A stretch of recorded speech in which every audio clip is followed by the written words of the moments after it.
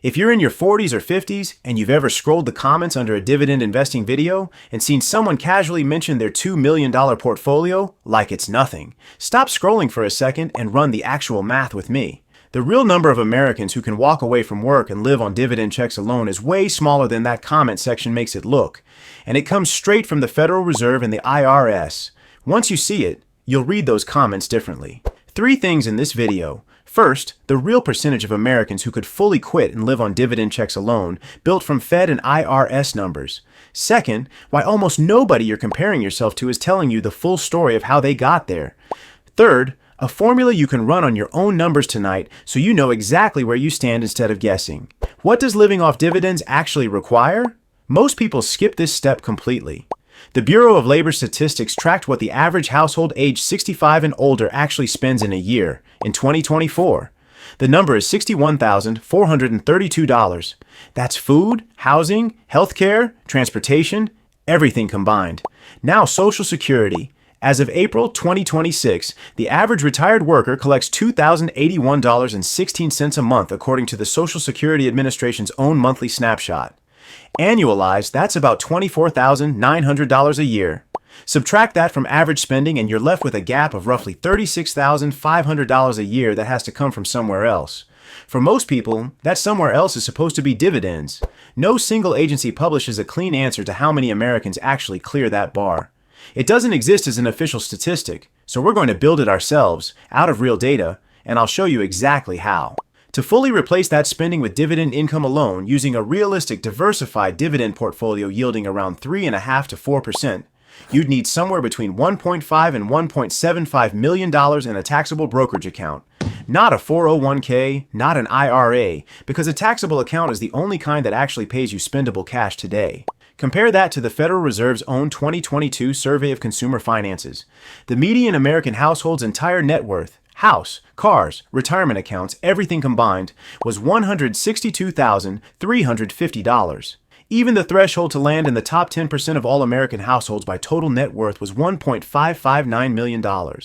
That's total net worth, including home equity and retirement accounts, and it's barely brushing up against the taxable dividend portfolio size you'd need to fully self-fund from dividends alone. Stack the ownership data against the spending data, and the honest answer is that the share of Americans who could fully replace their income with dividends from a taxable account today is almost certainly in the low single digits, likely under 5%. That's rare, but it's not some secret club either. It's just a much smaller group than the comment section makes it look like. That's the headline number. The rest of this video breaks down exactly why that gap exists, because understanding the mechanism is what lets you build your own path around it instead of just feeling behind. The first thing almost nobody explains correctly is this. Gallup's April 2026 survey found that 58% of Americans own stock in some form. That sounds like a lot. But the Federal Reserve's own 2025 survey of household economics and decision-making found that only 37% of adults hold stocks, bonds, or funds outside of a retirement account. And the Fed's 2022 survey of consumer finances found that only 21% of families own stock directly in a taxable brokerage account. I call this the ownership gap. And it's the single biggest thing that separates I own dividend stocks from I can live off dividends. If your dividends are sitting inside a 401k or a traditional IRA, they're not spendable income right now. They're reinvesting automatically, they're locked behind early withdrawal penalties before age 59 and a half. And pulling them out early triggers ordinary income tax plus a 10% penalty in most cases. Most of the 58% Gallup counted are sitting in that bucket. They own dividends, they can't live off them yet. That's important. But if you don't also know who actually holds most of that stock, none of this math makes sense. Let's fix that. According to the Federal Reserve's distributional financial accounts data for the first quarter of 2026, the wealthiest 1% of Americans hold 50% of all publicly traded stock, worth approximately $27.6 trillion. The bottom 50% of Americans by net worth own just 1% of all stock, worth roughly $590 billion combined across tens of millions of households. Break it down by generation and it gets more specific. Baby boomers hold 54% of all U.S. equities, worth $29.71 trillion. Gen X holds 22% at $12.23 trillion. Millennials hold 9% at $4.94 trillion. This is the concentration wall. It means that when someone online claims they live off dividends, they're statistically far more likely to be part of a small, older, already compounded slice of the population than a normal example of what's achievable on a normal timeline. The takeaway here isn't to give up. Compare yourself to the right group instead. Almost nobody talks about this next part, and it changes the entire math for anyone building a dividend plan around a plain S&P 500 index fund. As of early July 2026, the S&P 500's dividend yield sits at roughly 1.05 to 1.08%. According to data going back to the 1870s, the historical range for that yield runs from 1.056% to 6.659%, with a long-run median of 2.869%.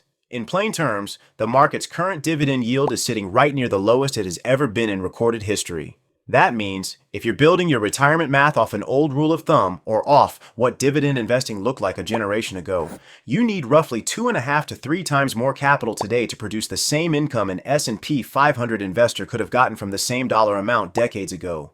This is the vanishing yield, and it's exactly why plain index funds alone rarely get you to a livable dividend number without either a much larger portfolio or a deliberate tilt toward higher yielding funds. This is where most people go wrong, and it's worth calling out directly because it's an easy trap. The mistake is assuming that owning dividend stocks in any account at any yield automatically puts you on the path to living off dividends on a normal timeline. It doesn't. 3 things have to line up at the same time. The account has to be taxable and accessible, the yield has to be realistic for the amount of risk you're willing to take, and the portfolio size has to be large enough to close the actual spending gap, not just produce a number that sounds nice on paper. Miss any one of those 3, and you can own plenty of dividend stocks and still not be able to touch that income for years. Now for the good news, a mechanism most people never get told exists. The IRS has a 0% federal tax bracket specifically for qualified dividends. For 2025, single filers pay 0 federal tax on qualified dividend income up to $48,350 of taxable income. That threshold rises to $49,950 for 2026. This one, I'm calling the 0% zone, and it matters more for this audience than almost anyone else watching finance content. If your only other income in retirement is a modest Social Security check, you have a lot more room in that 0% bracket than someone still working full-time with a salary. That means a well-built dividend portfolio can produce real, spendable income taxed at 0% federal, legally, simply by understanding where that threshold sits. This is simply how the tax code is written, not some hidden trick, and almost nobody bothers explaining it to the people who'd benefit from it most. Time to make this personal, using your own numbers. If you've watched our video on living off dividends starting in your 40s or 50s, you've heard the shortcut. Take your monthly income target and multiply by 200. That shortcut assumes a 6% yield, which is realistic for a portfolio deliberately tilted toward higher yield funds. But it's not the right number if you're sitting in a plain S&P 500 fund at today's roughly 1% yield. The real adjustable formula looks like this. Take your annual income goal and divide it by your actual portfolio's yield, written as a decimal. That's your real dividend number. Run it 3 ways. Say your goal is $30,000 a year in dividend income. At a 3% yield, you'd need $1 million. At a 4% yield, you'd need $750,000. At a 6% yield, taking on meaningfully more risk, you'd need $500,000. Flip it around and start with what you actually have. At a realistic 4% yield, $50,000 invested produces $2,000 a year. $150,000 produces $6,000 a year. $300,000 produces $12,000 a year. Remember that $36,500 gap we calculated earlier between average retiree spending and the average Social Security check? Even $300,000 at a realistic yield only closes about a third of that gap on its own. That's not meant to discourage you, it's meant to show you exactly how big a lever you're pulling, whether that's a bigger portfolio, a higher yield tilt, or dividends working alongside Social Security instead of replacing it entirely. 2 quick things worth knowing if you're already building a dividend portfolio. First, if you hold RE8s for their high yields, know that according to NARIT's own 2024 data, 78% of REI dividend payouts are taxed as ordinary income, not at the lower qualified dividend rate most people assume applies to all dividends. Know that going in. Second, and this one genuinely surprises people, under state unclaimed property law, a dividend account can be legally declared abandoned after just 3 to 5 years of no login activity. Not no dividends, no login. The National Association of Unclaimed Property Administrators estimates $70 billion in unclaimed property is currently owed to about 33 million Americans.